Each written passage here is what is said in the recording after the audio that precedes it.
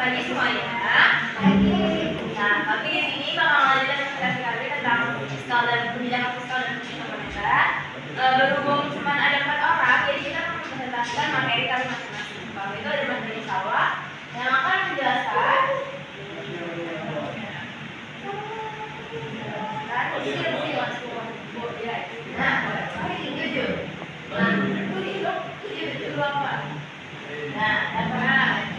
ini adalah dampak kebijakan moneter dalam perekonomian. Yang pertama ini inflasi dan deflasi. Suku bunga yang rendah dalam pinjaman dan bantu konsumsi dan sebaliknya. Nah, sebelumnya aku jelasin inflasi dan deflasi dulu. Kalau inflasi itu kan kenaikan umum dan berkelanjutan dalam tingkat harga barang dan jasa di ekonomi. Sedangkan kalau deflasi itu kebalikannya, yaitu penurunan umum dan berkelanjutan dalam tingkat harga. Jadi ketika suku bunga ini rendah, penawaran kan meningkat, itu dapat menyebabkan inflasi juga konsumennya juga tinggi. Dan sebaliknya kalau suku bunganya tinggi ini dapat mengurangi penawaran uang dan dapat memberikan inflasi dan bahkan dapat menyebabkan inflasi juga dalam masyarakat. Sebaliknya ada kurang bunga yang rendah mendorong penjualan dan jualan. Jadi ketika suku bunga yang rendah, biaya penjualan jadi terjangkau, dan itu mendorong orang untuk menjual dan menghabiskan uang. Apalagi orang merasa belanja konsumen karena penjualan ya sudah pinjaman jadi lebih murah.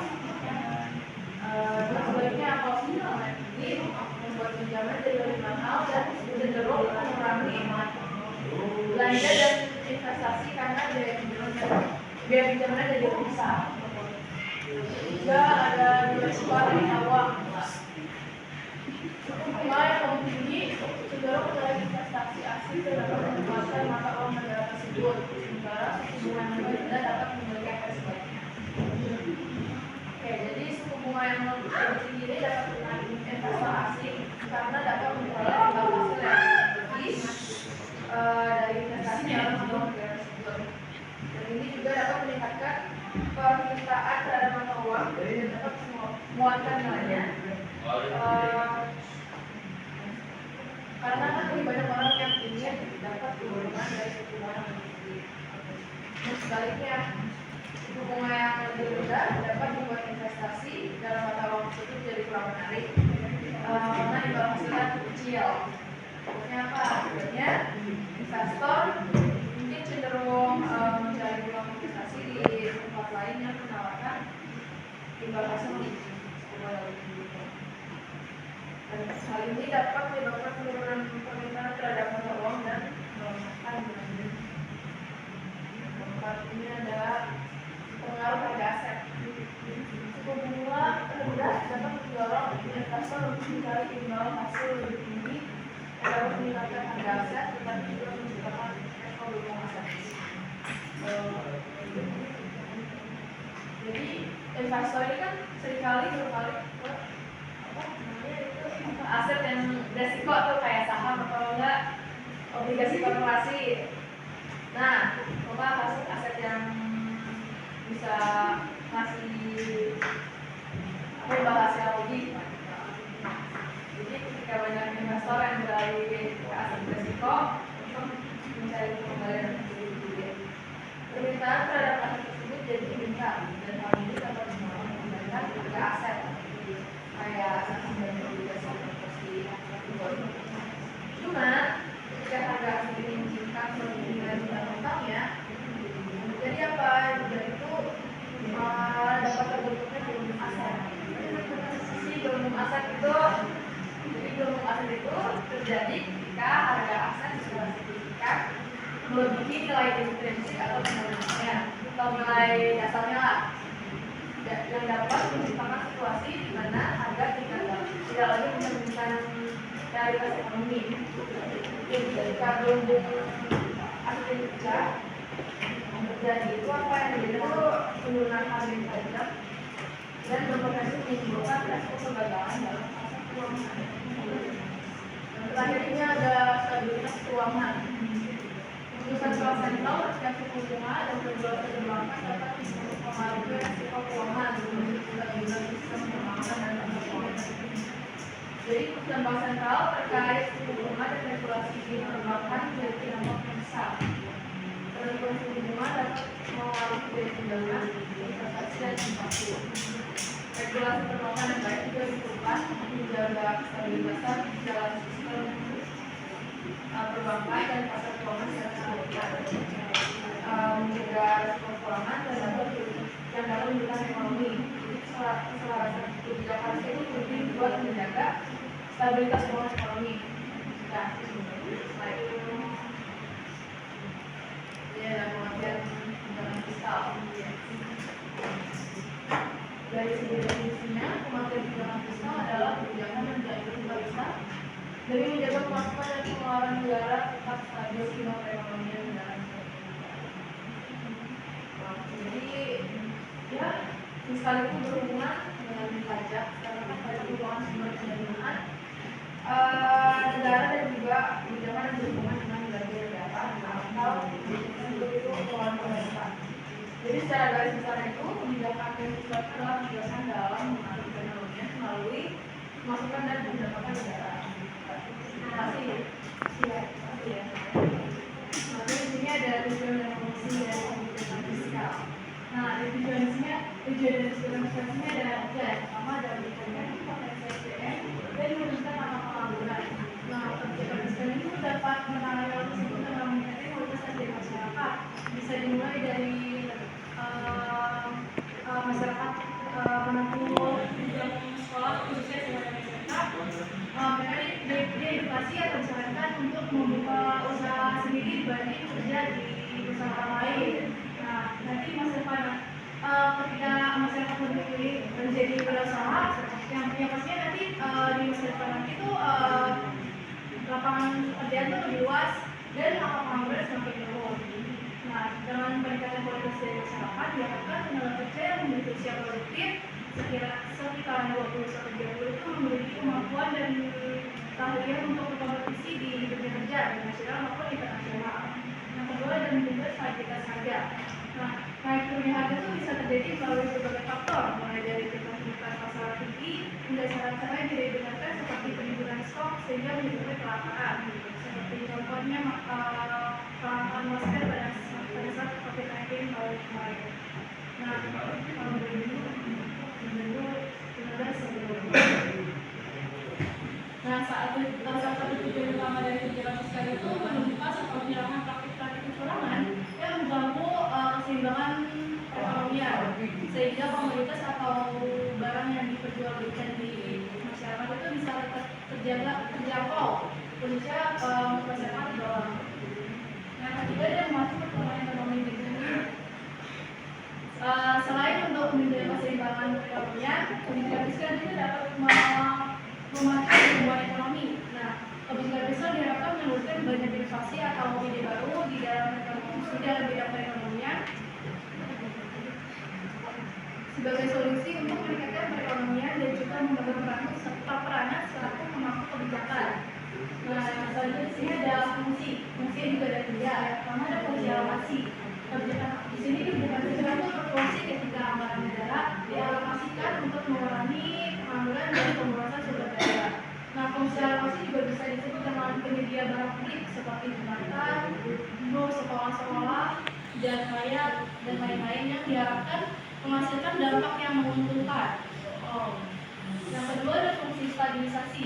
Nah, di sini tuh kebijakan fiskal berfungsi ketika anggaran negara digunakan untuk menjadi alat yang bertujuan untuk memelihara serta melakukan upaya atas keseimbangan fundamental dari perekonomian negara tersebut.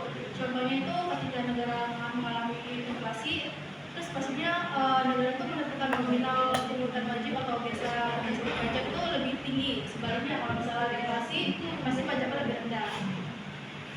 Yang ketiga ada fungsi distribusi. Kebijakan fiskal berfungsi ketika negara membuat suatu kebijakan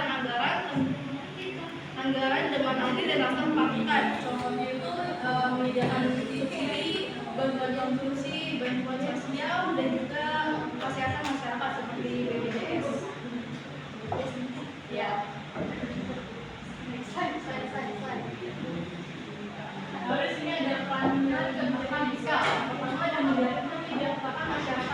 Nah, pendekatan ini bisa dilakukan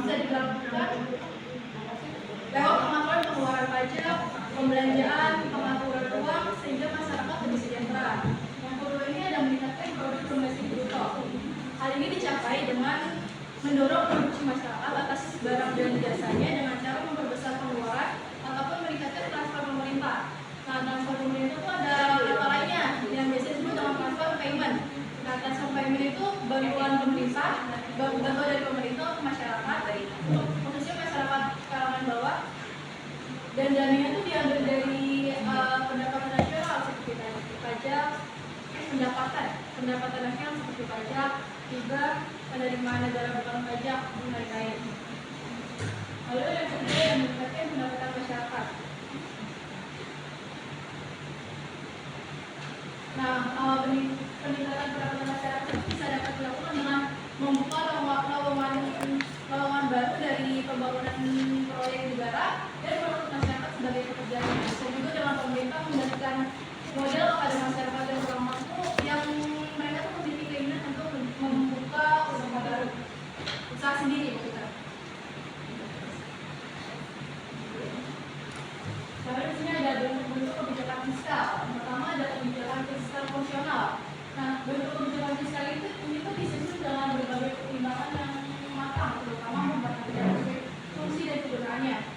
Karena sangat mengutamakan aspek nilai dan fungsi, maka kebijakan fiskal ini tuh dibentuk dengan memperhatikan banyak aspek, terutama akibat langsungnya dan akibat tidak langsungnya. Yang kedua adalah kebijakan fiskal sengaja. Nah, langkah fiskal ini tuh ditempuh dengan secara sengaja saat dilakukan pada kondisi-kondisi yang tidak bisa ditebak sebelumnya. Sehingga berbagai kebijakan fiskal itu diambil secara sengaja dan tidak terlalu memperhatikan aspek yang secara mendekat. Nah, biasanya itu kebijakan fiskal sengaja itu diambil kalau misalnya menghadapi dengan kondisi shock ekonomi yang datang secara tiba-tiba.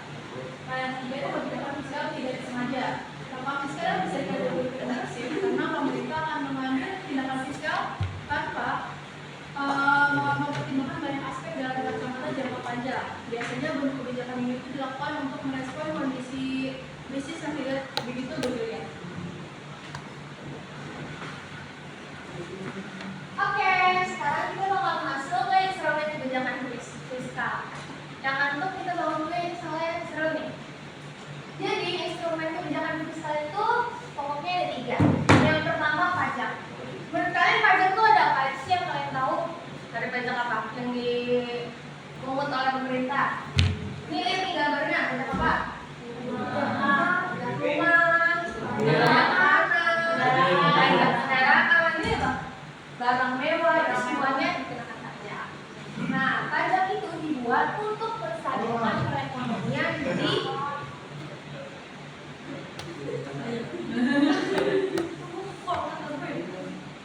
Nah, dia tuh untuk menstabilkan perekonomian di Indonesia. Nah, gimana cara menstabilkannya? Kalau perekonomiannya rendah, biasanya kita menurunkan pajak, terus sebaliknya gitu ya.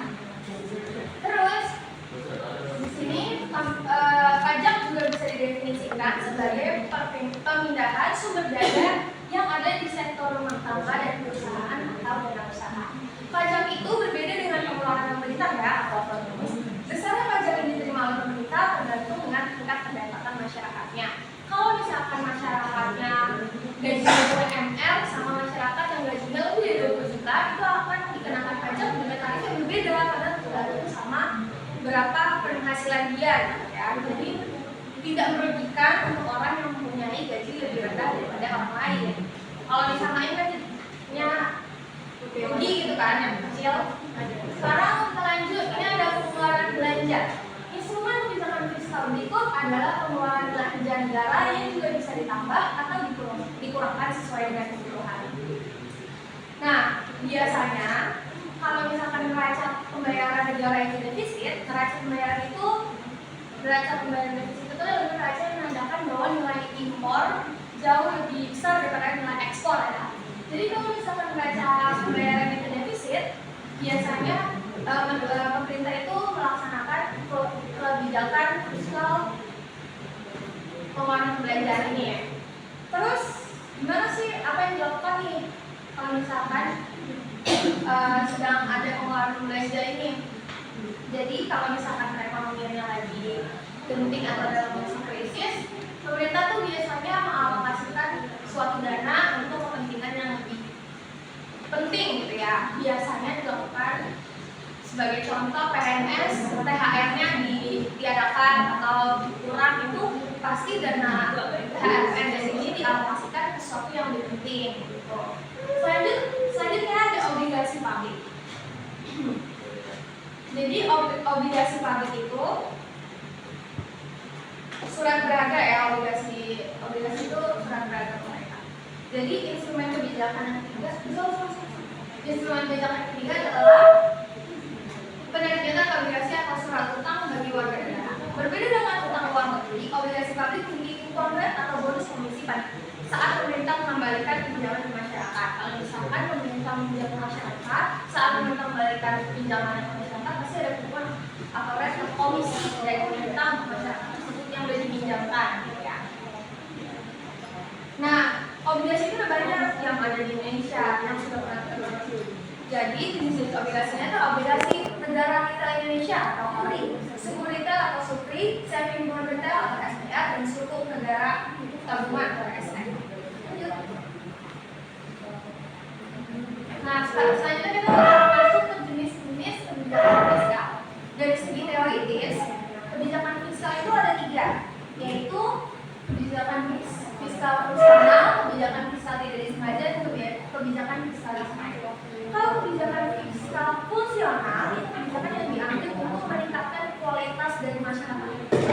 Biasanya diambil itu untuk kepentingan makro ya, dan atau jangka panjang. Biasanya pemerintah juga menaikkan kualitas masyarakatnya dengan memberikan beasiswa kepada siswa-siswa SMA atau SMA yang mau naik ke jenjang kuliah. Kenapa sih kita sering banyak lihat universitas-universitas atau kampus-kampus itu masih beasiswa? Karena itu dia untuk meningkatkan kualitas dari masyarakat-masyarakat yang memiliki potensi, tapi tidak maksudnya kekurangan atau gimana, tapi dia pemerintah membantu untuk menaikkan kualitas masyarakatnya dengan memberikan beasiswa. Ada lagi caranya yang biasa pemerintah lakukan, mendukung atau membantu startup atau orang yang mau membuat perusahaan kecil dari startup. Itu untuk membantu dan menstabilkan perekonomian di Indonesia juga, mengurangkan pengangguran juga. Jadi pemerintah itu menaikkan kualitas masyarakatnya dengan beberapa program yang dibuat sama pemerintah. Lanjut kita masuk ke kebijakan fiskal tidak disengaja. Kebijakan fiskal tidak disengaja itu kebijakan yang memanipulasi anggaran negara, biasanya untuk menghadapi masalah tertentu. Sebagai contoh kemarin pandemi, berupa penetapan keputusan atau aturan untuk melindungi stabilitas ekonomi sektor pemerintahan. Kalau misalkan pas pandemi kemarin itu kan Indonesia mengalami krisis perekonomian, kan? Nah, pemerintah itu melakukan kebijakan fiskal tidak sengaja. Kenapa tidak disengaja? Karena nggak ada yang tahu nih kita kapan krisis ekonominya, masalah di Indonesia itu kapan terjadinya. Jadi waktu pas COVID kemarin, pemerintah itu mengalokasikan beberapa dana-dana yang seharusnya untuk suatu hal yang lain dialokasikan ke APBN kesehatan pas COVID, misal mungkin buat alat-alat buat yang apa sih kalau misalkan 14 hari itu dia kan harus COVID dia kan karantina. Nah itu buat orang-orang karantina dialokasikan itu dari beberapa dana-dana yang lain. Selanjutnya adalah kebijakan fiskal disengaja.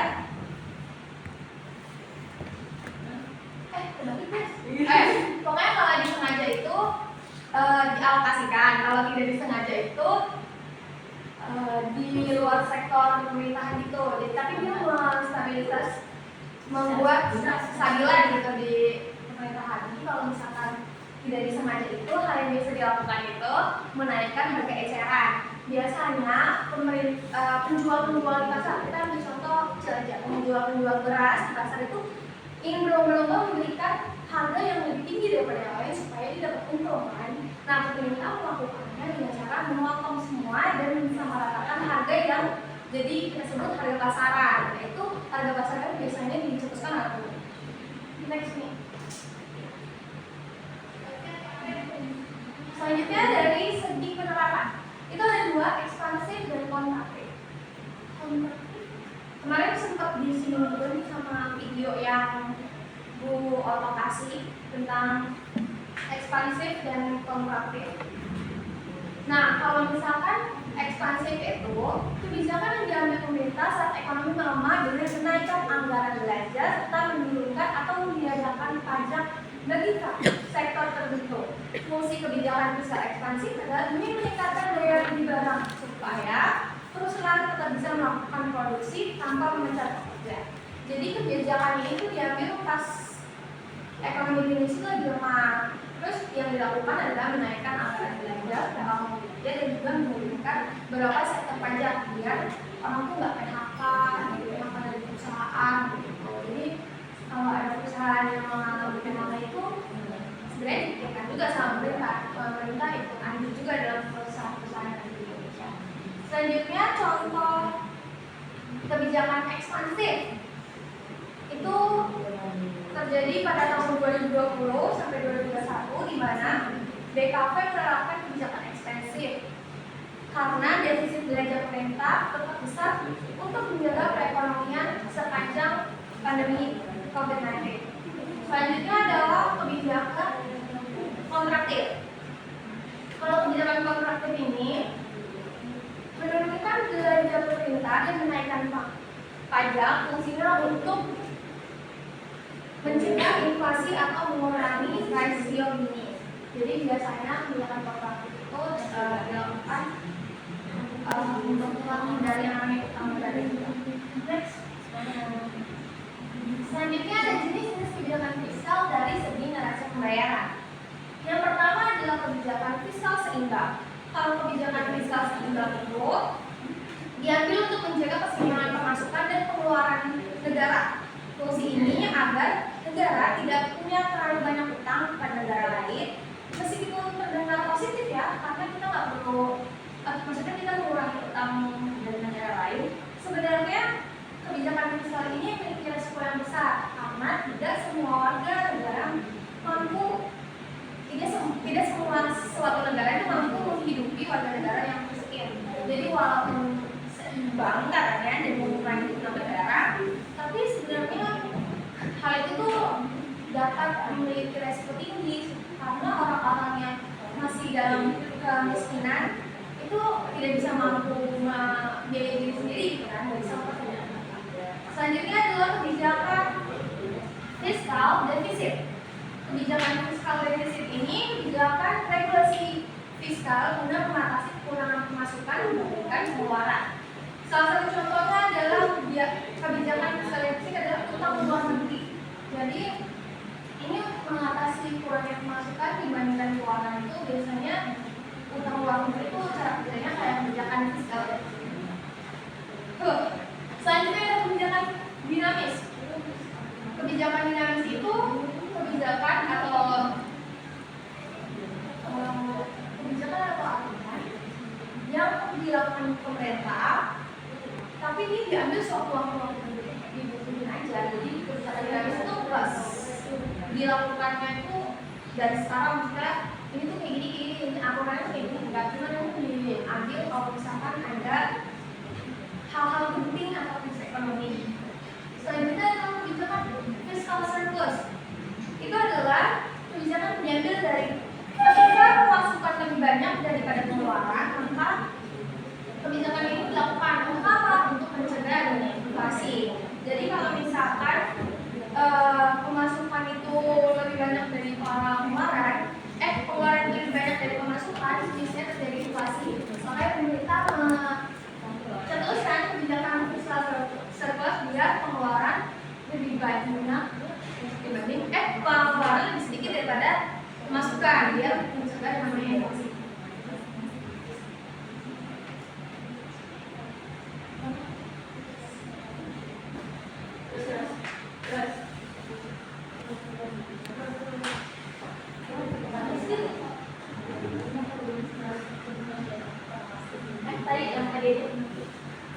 Oke, karena berhubung sama yang lain, tapi yang saya bahas adalah APBN dan APBD. Jadi secara garis besar, ini tuh APBN dan APBD itu yang menyelenggarakan atau menyusun anggaran-anggaran yang tadi itu yang fiskal, yang moneter, penyelenggara itu harus tetap diresmiin oleh yang namanya APBN dan APBD. Nah, ini di dalam Undang-Undang Nomor 17 Tahun 2003 itu disebutin kalau misalnya APBN dan APBD itu diselenggarakan untuk mencatat kegiatan-kegiatan keuangan negara selama 1 tahun ke depan. Nanti bakal dijelasin lagi lebih lanjutnya. Yang pasti APBN APBD ini harus ditetapkan oleh DPR. Selanjutnya, terus oke, jadi di sini saya bakal membahas sumber-sumber penerimaan negara dan jenis-jenis belanja negara. Pada garis besarnya, kalau misalnya APBN dan APBD itu sama aja, cuman skalanya APBN itu mencakup satu negara, kalau misalnya APBD itu per daerah. Nah, di sini penerimaan-penerimaannya itu ada penerimaan negara dari pajak, contohnya ya kita udah bahas sebelumnya, ada PPN, PPD, PBB dan segala-galanya. Terus penerimaan negara dari pajak itu juga ada dari dalam negeri dan luar negeri. Kalau misalnya dari dalam negeri itu ya tadi yang disebutin, kalau misalnya dari luar negeri kayak misalnya pembelanjaan internasional, kayak BSI itu masuk ke dalam penerimaan negara dari pajak luar negeri. Terus selanjutnya itu ada penerimaan negara bukan pajak. Apa sih isinya? Isinya itu kayak misalnya barang-barang milik negara, kayak misalnya negara menjual obligasi, terus juga negara punya sektor-sektor di sumber daya alam, nah itu dimanfaatkan untuk nanti hasilnya itu dimasukkan ke dalam kas negara yang nantinya bakal jadi sumber penerimaan uang negara. Selanjutnya itu belum ada hibah. Hibah ini biasanya bertujuan untuk mendukung suatu sektor di perekonomian suatu negara. Kayak misalnya di Indonesia ini per daerah kan pasti karena adanya pemerataan, hibah ini biasanya difungsikan oleh negara untuk menyalurkan dana-dananya ke daerah-daerah yang sekiranya masih di bawah standarnya daerah yang masih ada di Indonesia. Kayak misalnya pembangunan di Papua itu salah satu fungsi alokasinya. Selanjutnya itu ada jenis belanja negara, di sini nggak dimasukin, tapi saya punya sendiri karena kemarin lupa. Nah, pengeluaran negara itu, jenis belanja negara itu ada dua, jenis pengeluaran negara dan jenis pengeluaran pemerintah daerah dan pemerintah pusat. Kalau misalnya pemerintah daerah itu ada dua juga, yaitu dana perimbangan dan juga dana otonomi khusus dan penyeimbangan. Kalau misalnya dana pembangunan itu kayak misalnya dana bagi hasil dari berbagai daerah, terus juga alokasi umum yang dari juga tadi, terus juga alokasi khusus. Terus selanjutnya itu ada otonomi khusus dan penyeimbangan. Kenapa? Kenapa khusus? Karena ini tuh diselenggarakan pengeluarannya di salah satu daerah doang. Jadi that's why disebut khusus. Selanjutnya yaitu ada belanja pemerintah pusat, di mana ada pengeluaran rutin dan pengeluaran pembangunan. Kalau misalnya pengeluaran pembangunan itu dilakukan secara satu kali doang. Jadi kayak misalnya pembangunan proyek kan gak mungkin, proyeknya kan gak mungkin dibangun kayak bertahun-tahun secara rutin. Terus juga pembangunan juga pembiayaan rupiah. Terus kalau misalnya pengeluaran rutin itu kayak misalnya belanja-belanja atau kayak misalnya gaji PNS, terus juga subsidi, terus juga belanja barang, sama cicilan utang negara yang kita tahu negaranya pasti kan punya utang pensi ya. Dan semua itu dimasukin ke pengeluaran rutin di pengeluaran negara. Selanjutnya yaitu ada mekanisme penyusunan APBN dan APBD. Tadi udah saya jelasin ya, kalau APBN dan APBD itu cuma beda skala ya doang, selebihnya sama aja. Tadi ke nah dari susunan APBN dan APBD. Jadi pertama-tama itu pemerintah presiden itu akan membuat rancangan yang berbentuk bond. Nah, ini contoh bondnya. Jadi nanti pemerintahan di presiden itu bakal buat bond seperti ini, terus disalurkan lagi ke DPR. Nah, ini dijadiin rancangan APBN-nya. Habis itu di DPR inilah bakal diterima atau ditolak. Kalau misalnya diterima, itu bakal digunakan dan menjadi undang-undang baru. Selanjutnya yaitu dikembalikan lagi untuk dilaksanakan dan disahkan lagi oleh presiden. Presiden itu tetap di tahta paling tinggi. Nah, kalau misalnya ditolak gimana? Kalau misalnya ditolak, kita masih pakai sistem APBN tahun sebelumnya. Coba dilihat dengan dulu.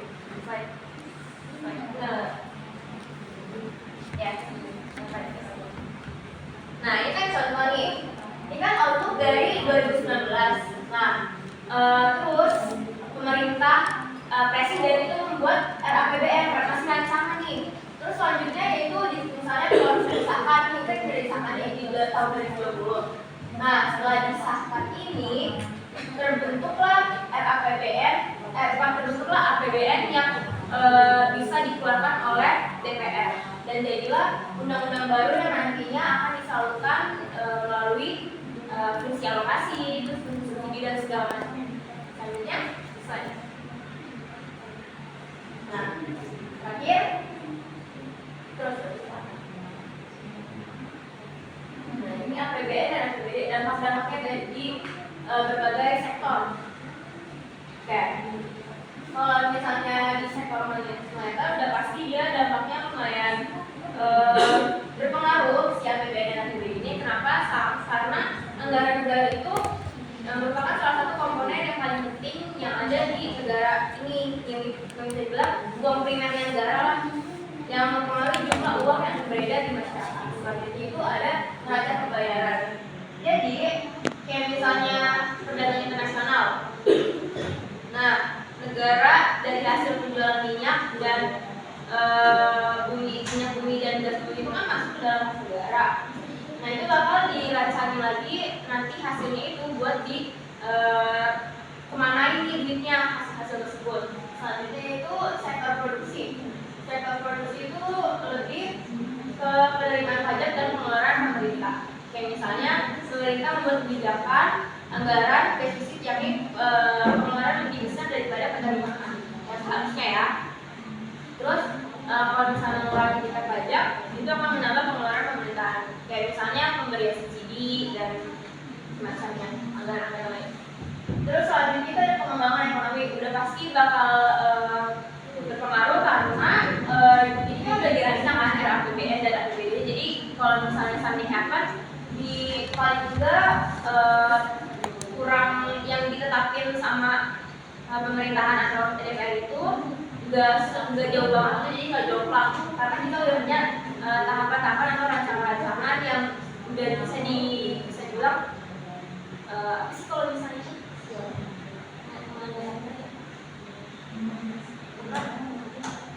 ini nah kayak misalnya pokoknya masih masuk apa sih namanya lupa ya itulah pokoknya masih masuk ke dalam anggaran-anggaran negara, jadi nggak jomplang banget sama rincian-rincian yang udah diselenggarain sama pemerintahan dan DPR. Mungkin itu aja. Bangun dong. Iya, itu aja. Mungkin nanti kalau misalnya yang belum mungkin ada remedial gimana nanti sesuai foto. Selamat maaf. Assalamualaikum warahmatullahi wabarakatuh.